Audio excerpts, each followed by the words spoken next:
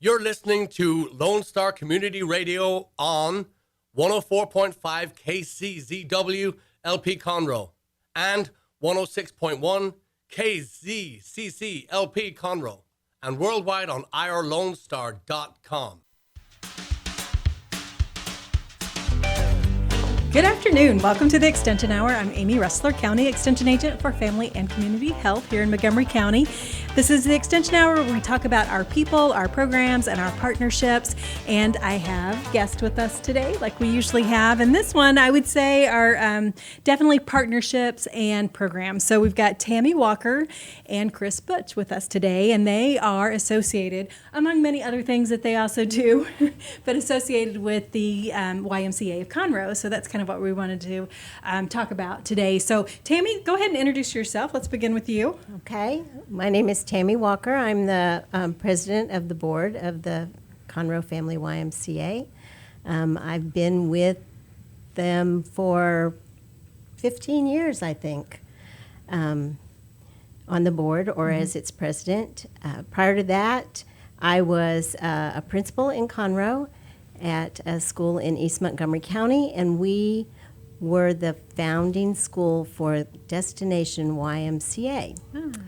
So that was a program where we would set goals with the kids, and they would go to the Y to see all the fun things they could do. They'd row boats and climb walls and ride horses and do all the wonderful things that we had at the Y.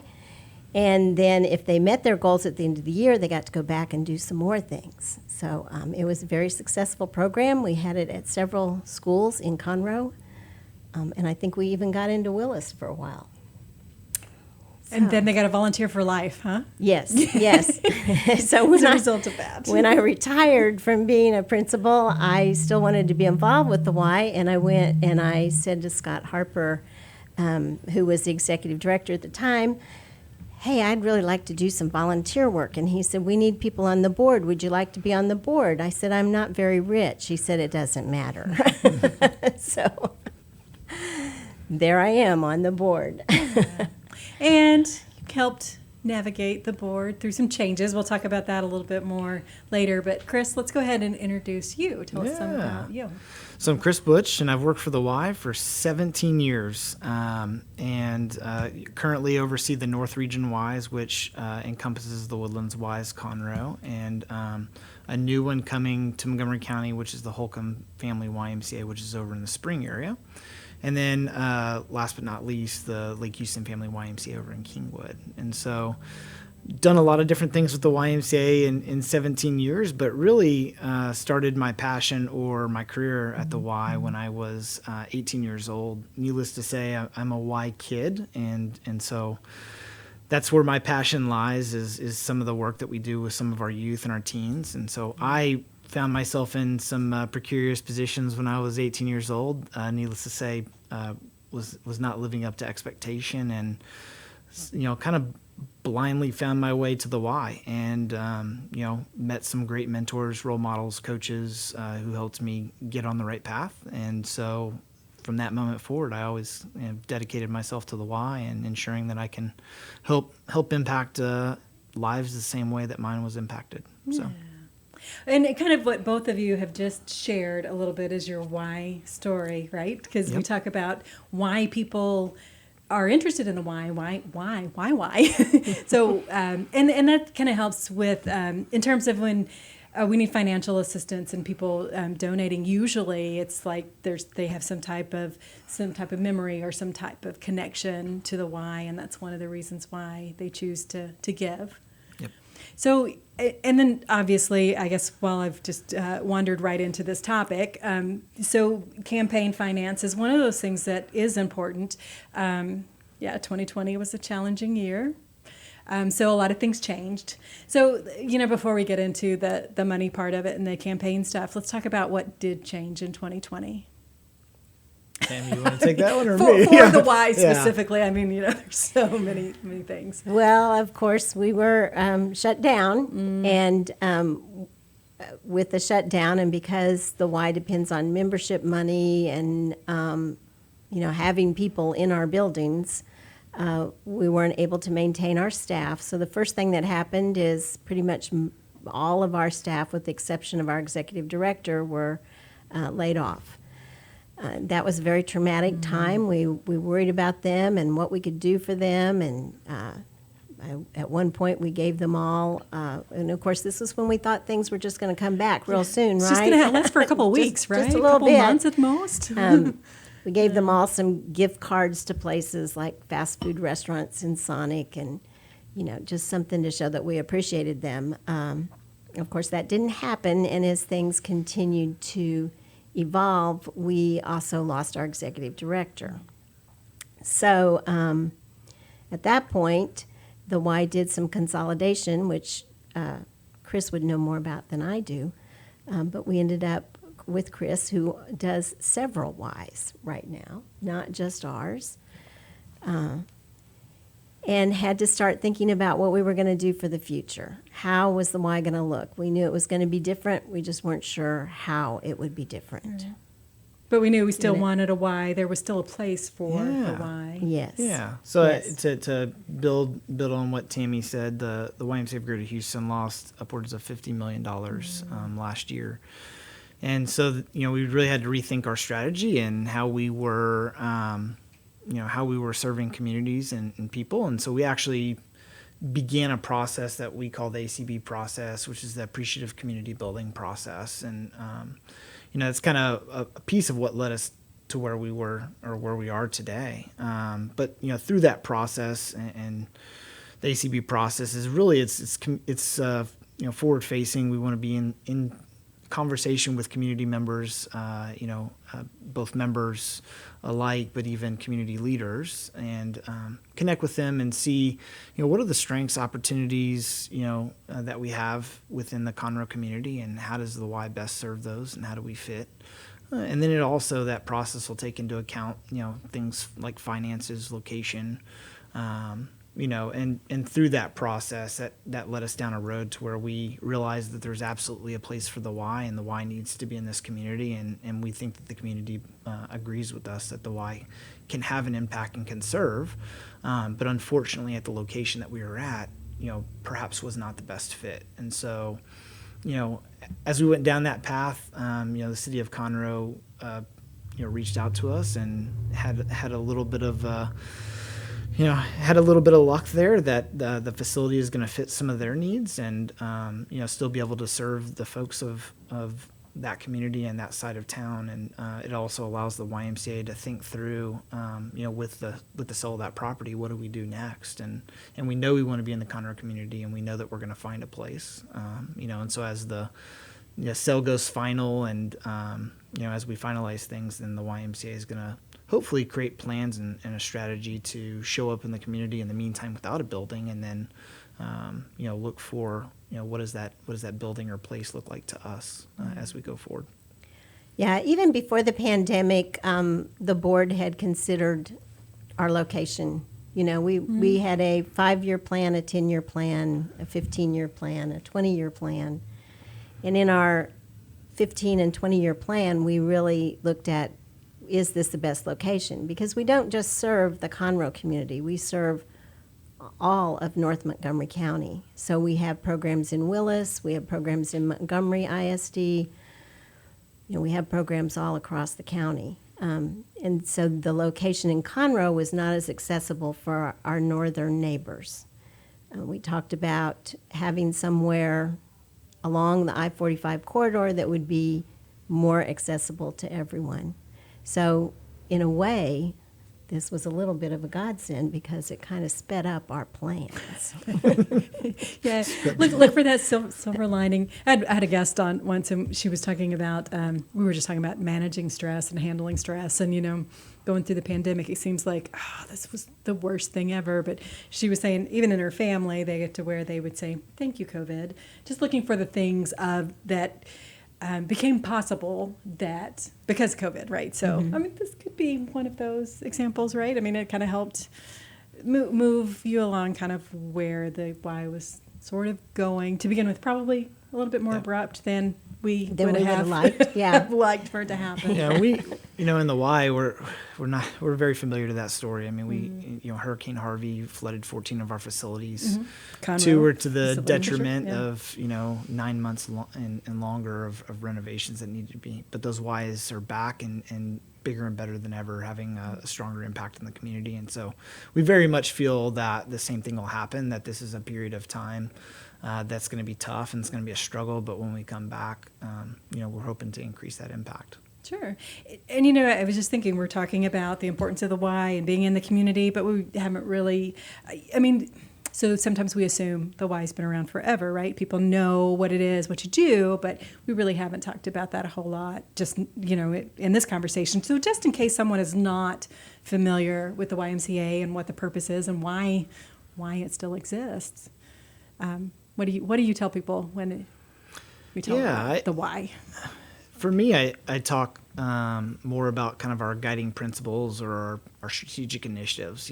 What is it that the YMCA does outside of the gym and swim? Because that's generally the thing that people think of us as. They got a gym, they probably have a sports program, and they probably got a pool, right? And all of those things are absolutely true. Those are the things that help the operation run, and that is self-sustaining on its own, just like any other for-profit gym would be. But the thing that makes us different, and really the reason the Y exists, is the initiatives that we focus on. And those are there's 4 initiatives. One is academic achievement, and so that's all the work that we do with our youth and in the school setting, but outside of the school setting as well, with camp programs and STEM programs and the different things that we do, from that space. And then the next one is eliminating drowning. And so all the things that we do, and in case you didn't know, the YMCA invented swim lessons, and so this is something that we know and we do well. And so what we do for eliminating drowning is not just the fee-based swim lessons that we do at our facilities, but we actually go out into at-risk communities and we teach youth to swim, because we know that drowning is the number 1 cause of death or unintentional death in youth today. And Harris and Montgomery County are no different than the rest of Texas. And so that's something that's been a focus for us, and that's a program that still continues to this day and that will be operating this summer.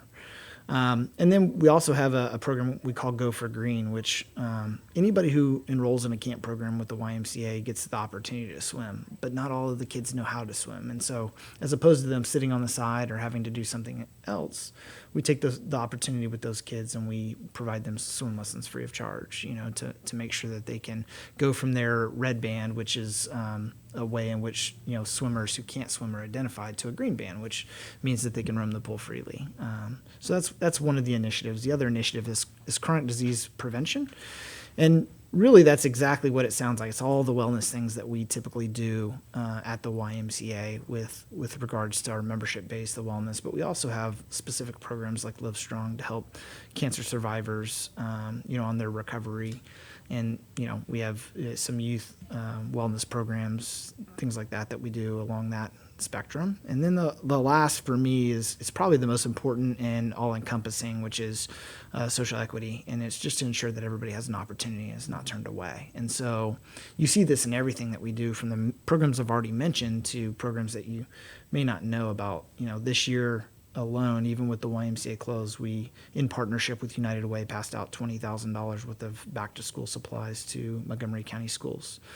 We passed out another 3,000 additional backpacks to the Willis, Conroe ISD schools in Montgomery County as well, was a part of that. And so there's some of those programs to just ensure that people have opportunity to succeed.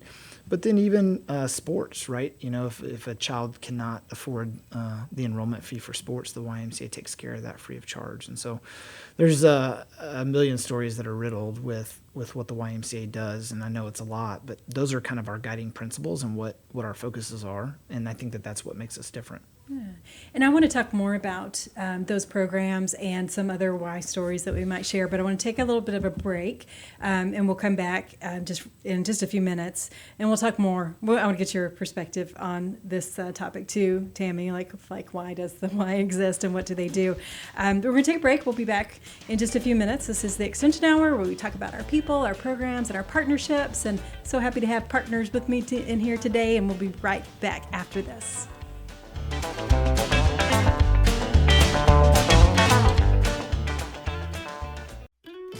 Hey y'all, it's DJ Mike from Dance Time in Texas. Join me Monday through Friday at 8 a.m. as I count down the top 10 Texas Red Dirt songs that are packing the dance floor. I'll be featuring local artists and the story behind the hits, shows in the area, as well as new songs that make you want to dance. It's Dance Time in Texas with DJ Mike on Lone Star Community Radio, 104.5 KCZW and 106.1 KZCC, Conroe, Texas, or online, irlonestar.com. God's Garage is a 501c3 that repairs and gives away cars for free to single moms, widows, and wives of deployed military. You can help God's Garage by donating a vehicle, volunteering your time, or by monetary donation. God's Garage is located at 2106 East Davis, Conroe. If you'd like to learn more about God's Garage, visit our website at godsgarage.org. Or you can contact us and we would be glad to come and make a presentation to your group. What can the Better Living for Texans program do for you? You can learn how to increase your consumption of fruits and vegetables, choose foods that are relatively inexpensive and good to eat, make your food dollars last longer, prepare quick, nutritious meals, help your children learn how to eat healthier snacks, and much more. Our program is committed to helping people like you improve your health through providing research-based nutrition education in a friendly, cost-free, and relaxed environment.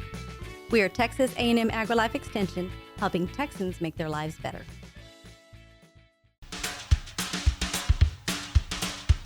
And we're back with the Extension Hour. I'm Amy Rustler. We're talking about our people, our programs, our partnerships right here on the Extension Hour. So Texas A&M Agrilife Extension Service. So we do community education, and that's kind of how we got connected with the YMCA. And I met Tammy with United Way to begin with, and then I became one of the board members on the YMCA as well. And so, before we went to break, Chris was talking a little bit about why the Y exists and the 4 pillars that kind of guide the programming that the Y does. Gave a great example or great explanation from sort of it was very from the corporate standpoint, like because obviously you're an employee, but people volunteer, and you volunteer for like 15 years, so there's got to be something that keeps you connected with that. So we wanted to get kind of the volunteer perspective on why the Y exists too. Well, originally it was Destination Y was a big, important thing for me, and to see that grow and become a part of so many of our schools and districts. We, of course, haven't been able to do as much with that. We do hope that it comes back in the near future.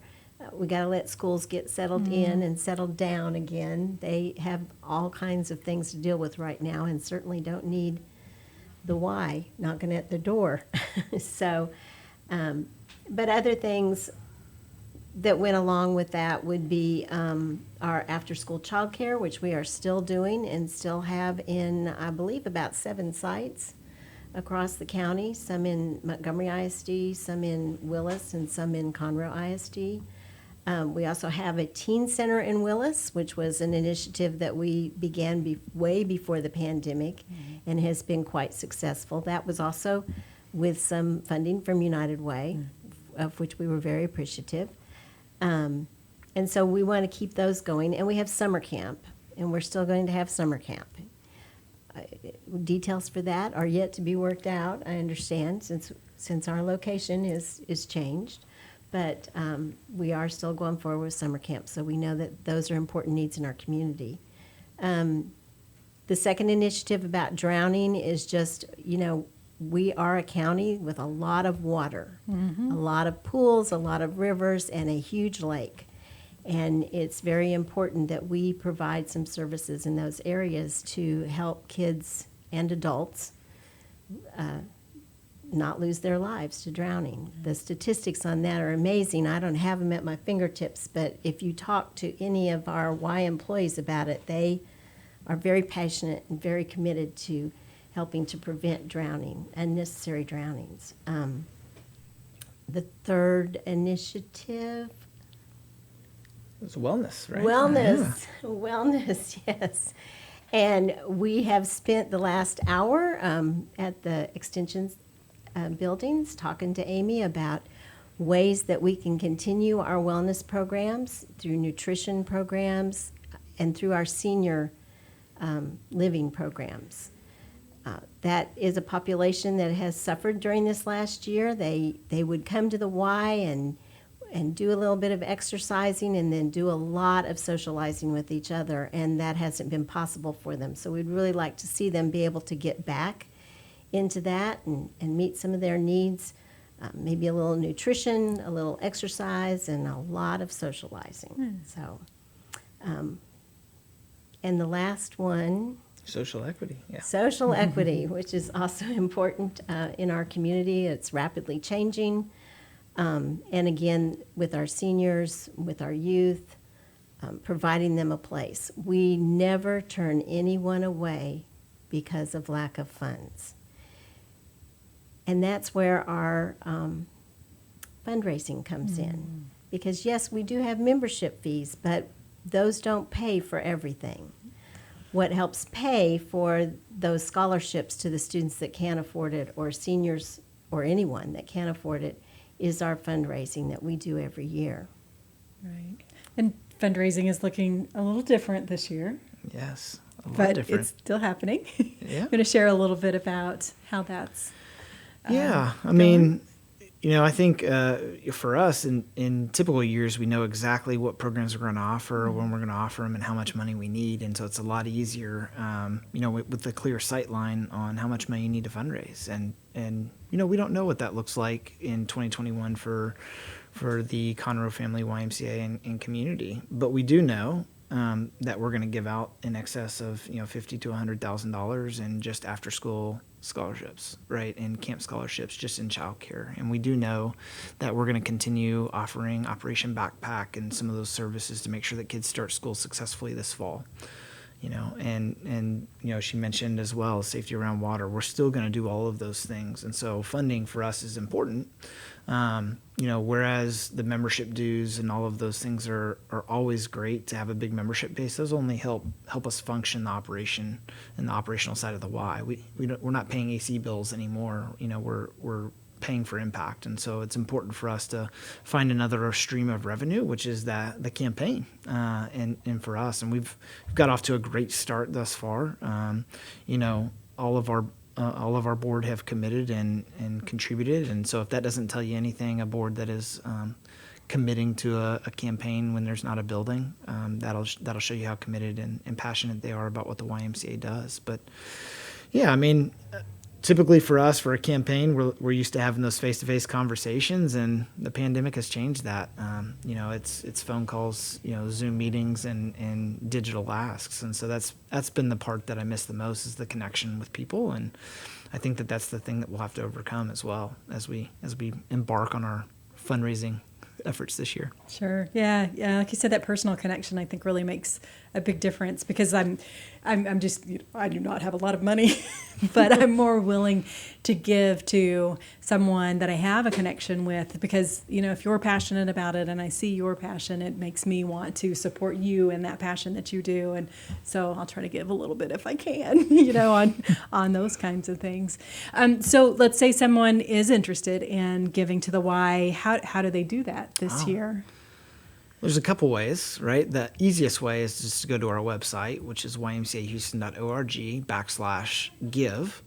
And there you can fill it out. And the great part about the YMCA is you don't have to pay at the moment. You don't have to pay on the spot. If you want to spread that out over a course of some months, if you want to give a pledge to pay later in the year, we can accept all different types. And so, on our website, you can put in a pledge to pay now, a pledge to pay later, whatever fits best for you and your family during that time. So that's the easiest way. The next easiest way is just to contact me. And my name is Chris Butsch, and you can email me at christopherb@ymcahouston.org, and I'd be more than happy to start that conversation with you if you'd be interested in supporting the Y this year. And if you do go online to do that, so it's part of the Y of Greater Houston, so YMCA Greater Houston. So that means that there's several options there. Yep.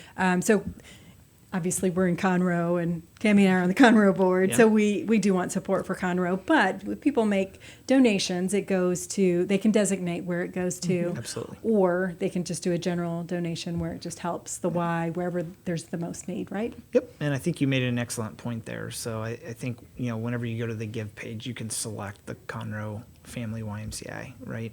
Even though there's not a building, there's still a Conroe Family Y. And I feel like it's needed to be said that 100% of donations that are donated to the Conroe Family YMCA stay in the Conroe community and will only be used as such. And so that's the great part, is that for every dollar you donate, every dollar goes back to the community. There's no paying of overhead. There's, you don't have to cover my salary or anybody else's salary for that matter.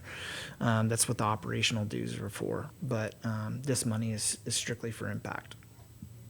And there are a lot of things, a lot of impact going on. So we have mentioned a couple of those, and I'm going to talk some more about others, and you can be a little bit more detailed in some of those things and the ways that impact is happening. But we're going to take another break, and we'll come back in just a few minutes.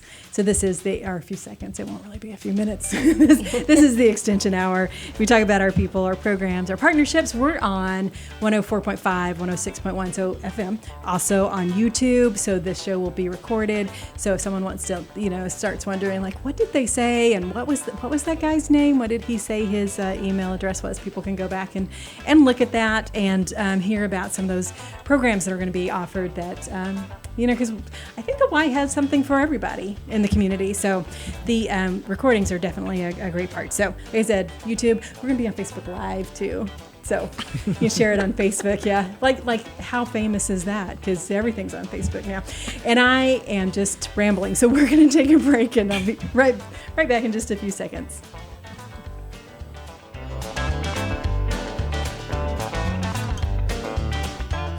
Want to check out the fastest growing sport in the world? It's right here in Conroe, Texas, and it's roller derby.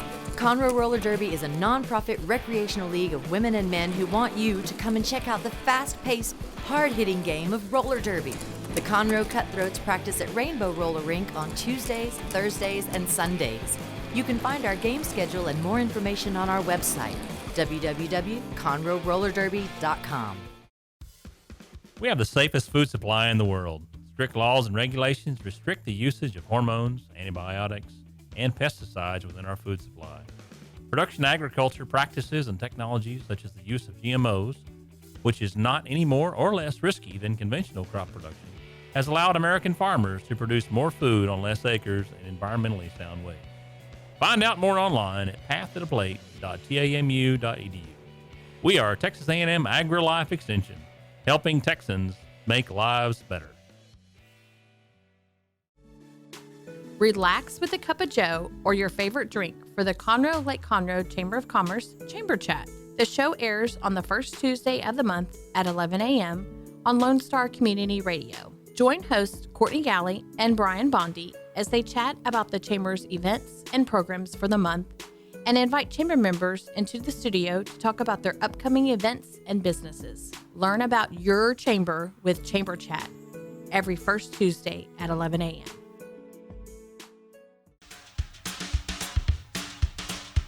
Welcome back to the Extension Hour. I'm Amy Rustler, Tammy Walker, and Chris Butsch are here with me, and we're talking about the YMCA. And I mentioned with the Extension Hour, we talk about our people, our programs, our partnerships, and that's really the way for us, for Extension, sort of the way we survive. I mean, that's imperative to what we do, is just partnering wherever we can, because we've got so much to offer in terms of the kinds of education that we can provide in so many different areas.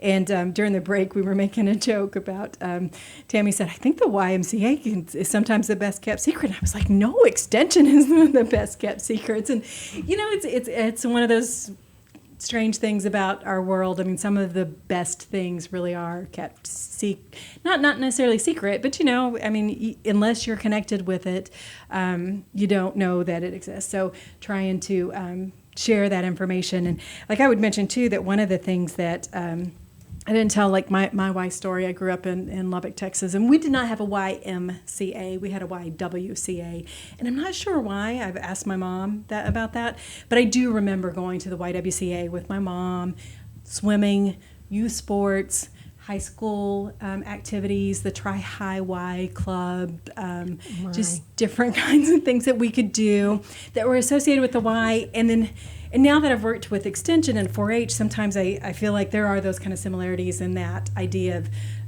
it being a little bit of a secret. Like some kids they participate in kind of 4-H activities or projects because we do a lot of curriculum enrichment too, and they may not realize specifically that they were involved with a 4-H program, but 4-H touched their lives in one way or another. And kind of what we do in Extension in general, we touch a lot of people's lives without, hey, we're the Extension service. So YMCA is that way too. And you guys were telling me too that in those conversations that you had, the ACB conversations, that some of that came up that people kept saying, we still need the Y. Like one of the things that people may ask is like, why not just let it go the way of 2020? Where is the importance of the Y? And I think you've mentioned a couple of those things, but you wanted to expand on that just a little bit about some of the feedback that you got from the community. Well, as you said, we heard a lot from many people across the community. We tried to get a cross-section of all different people. So we made personal phone calls, we sent surveys, we did anything we could to try and get people to respond. And what we heard over and over again is, yes, we still need the presence of the Y, and we still want that involvement because it is more than just gym and swim. It's, we're giving back to our community, we're trying to build community relations and make sure that our community is a safe, happy place. Towards that end, they talked a lot about different programming that we do, sports programs, that they wanted the sports programs to continue because it's unlike just going to sign up for some sports program. We really emphasize the whole child, and we emphasize that Christian aspect. So that's in our name, YMCA. They also talked about seniors and the need to be sure we continue activities for seniors.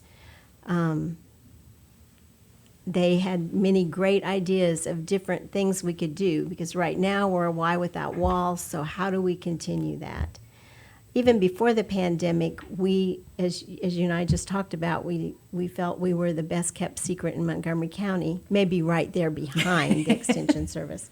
But and to that end, we tried to be more involved in different activities, like the Angel Rodeo that was done for special needs kids. We went there and provided all the snacks for the kids, had a great time that day. Just wanted to get out into the community and show that, yes, we are a big part of the community. We've had fairs, health fairs on our property. We're willing to go to health fairs, have a booth, and help out however we can, just to be a part of the community and fulfill whatever needs there are.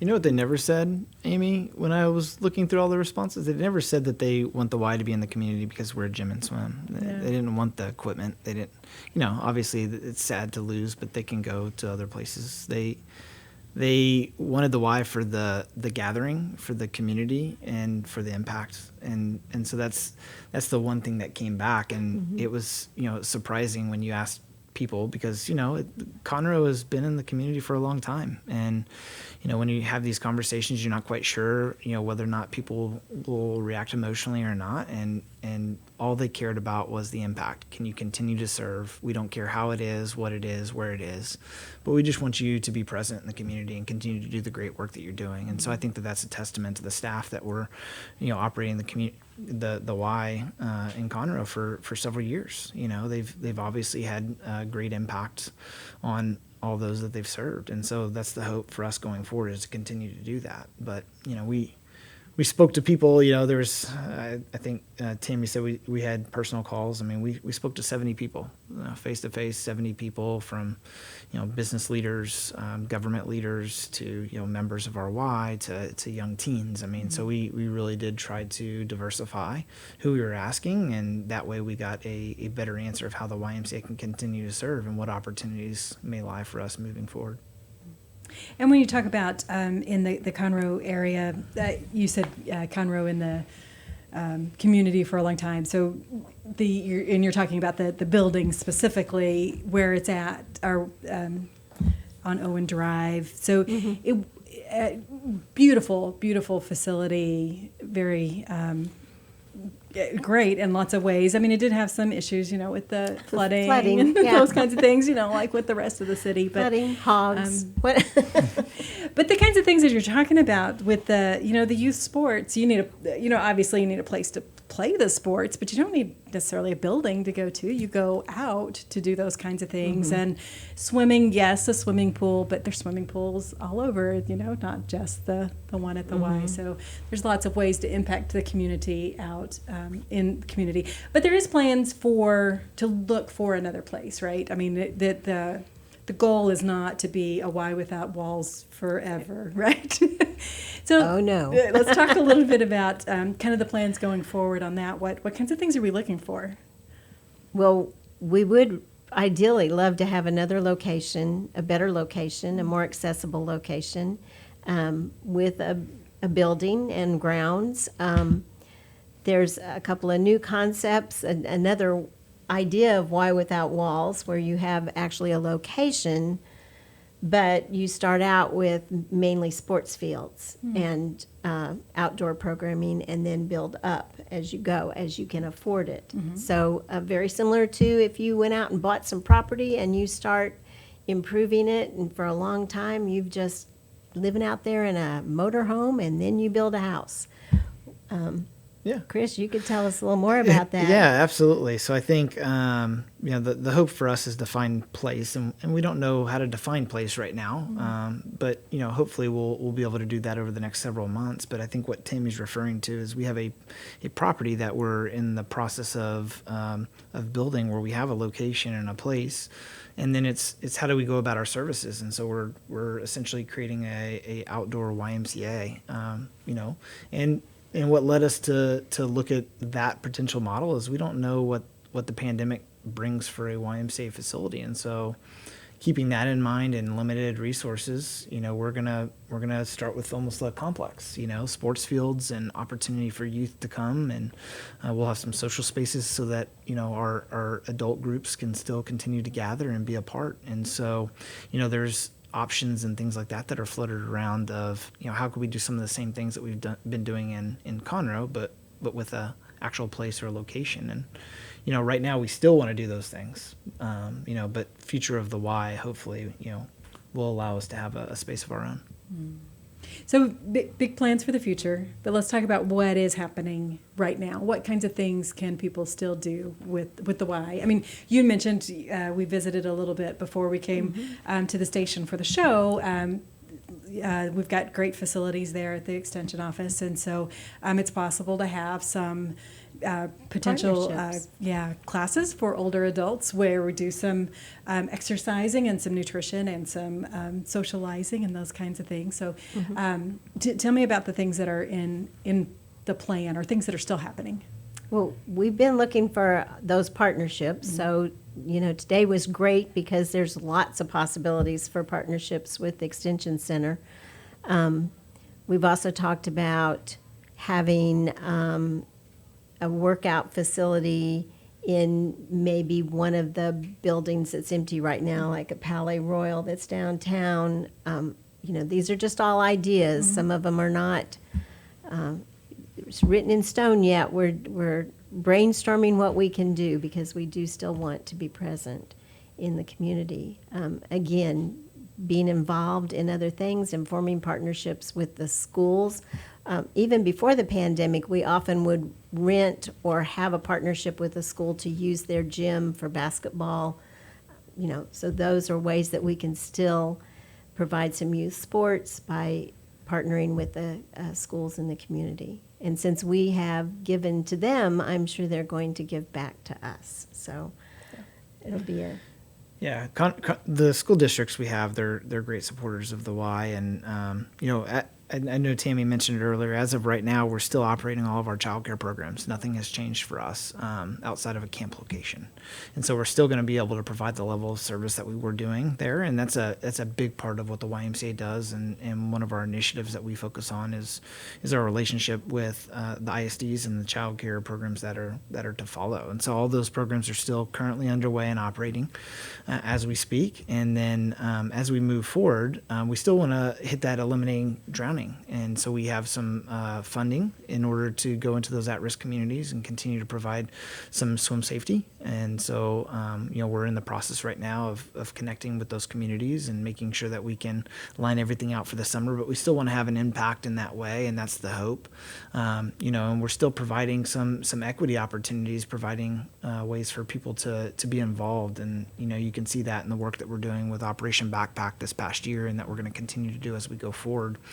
You see that as well with the teen programs that we continue to provide in countless areas, countless schools. And we also have the Willis Teen Center as well, which is a big part of what we do. And then, some of those equity opportunities as well is providing opportunity for, youth to be able to experience a resident camp like Camp Cullen. It's a, YMCA treasure for us. And, we have the ability to send kids up there to be able to experience a week up at Camp Cullen, which has got some of the similar amenities that we had at Conroe with, a lakefront and some ropes course, outdoor shooting range activities, but then just the opportunity to be away from their parents for a little bit. I know that that's scary if you're a parent out there, but it's a great opportunity. And I started my Y career in camping, and and I'll say there's nothing quite like it, and it taught me and helped me become a lot of who I am today. So we're just hoping to continue to build upon those opportunities, and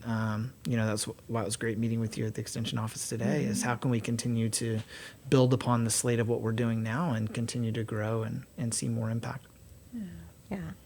And we've expanded some of our things even during this difficult time. So while we have a teen center in Willis, we also have one in New Waverly. And I realize that's not quite Montgomery County, but we are trying to provide opportunities for surrounding areas. And we do, as Chris said, we have a tremendous relationship with the school districts, particularly Conroe and Willis. We have 2 board members, one from Conroe and one from Willis, Shelley Winkler from Conroe and Jamie Fails, just lost her name, from Willis. Both of them have been very impactful on our board and in helping us to develop these programs that we need. So, And the thing that I love too about the Y and what is offered is the social justice part of it, the social equity part of it. It gives kids an opportunity that might not ever have that opportunity otherwise. And I think that that's an important thing. Yeah, when I was in Conroe as a principal, I was in an East Montgomery County school, and my kids would never have the opportunity to go out in a canoe to, even though they were rural kids, they didn't have horses, so they got to experience the equestrian program. They would never have had an opportunity to go on a zip line. They got to do that. There were so many things that they were able to experience that they would have never experienced without that program. Yeah.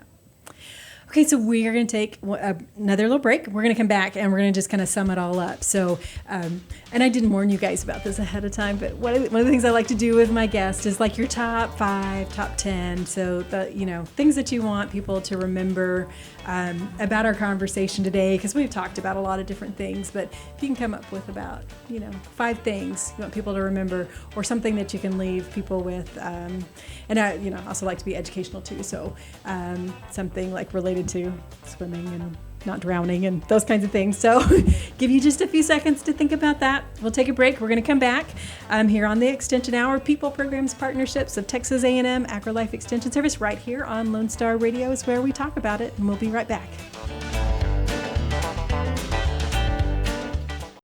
Don't forget to download the Lone Star Community Radio app for your Google Play or Apple Store. Bring Montgomery County's community radio with you anywhere with your smartphone or tablet. If you are in the Conroe area, tune in on FM. That is Conroe's FM 104.5, 106.1.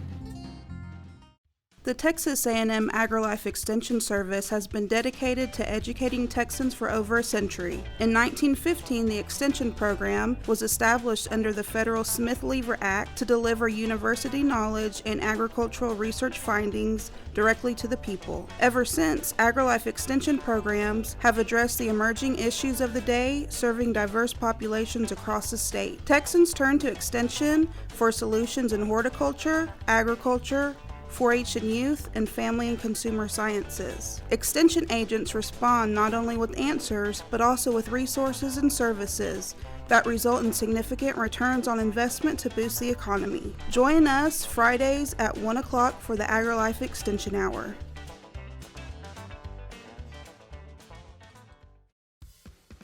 From the beginning, the main purpose of the Cooperative Extension Service has been to change human behavior by teaching people how to apply the results of scientific research. By utilizing a holistic, multi-level approach, Extension family and community health programs encourage health and well-being for everyone. Addressing values, concerns, and needs with reliable science-based information, Extension programs help people lead healthier lives. We are Texas A&M Agrilife Extension, helping Texans make their lives better.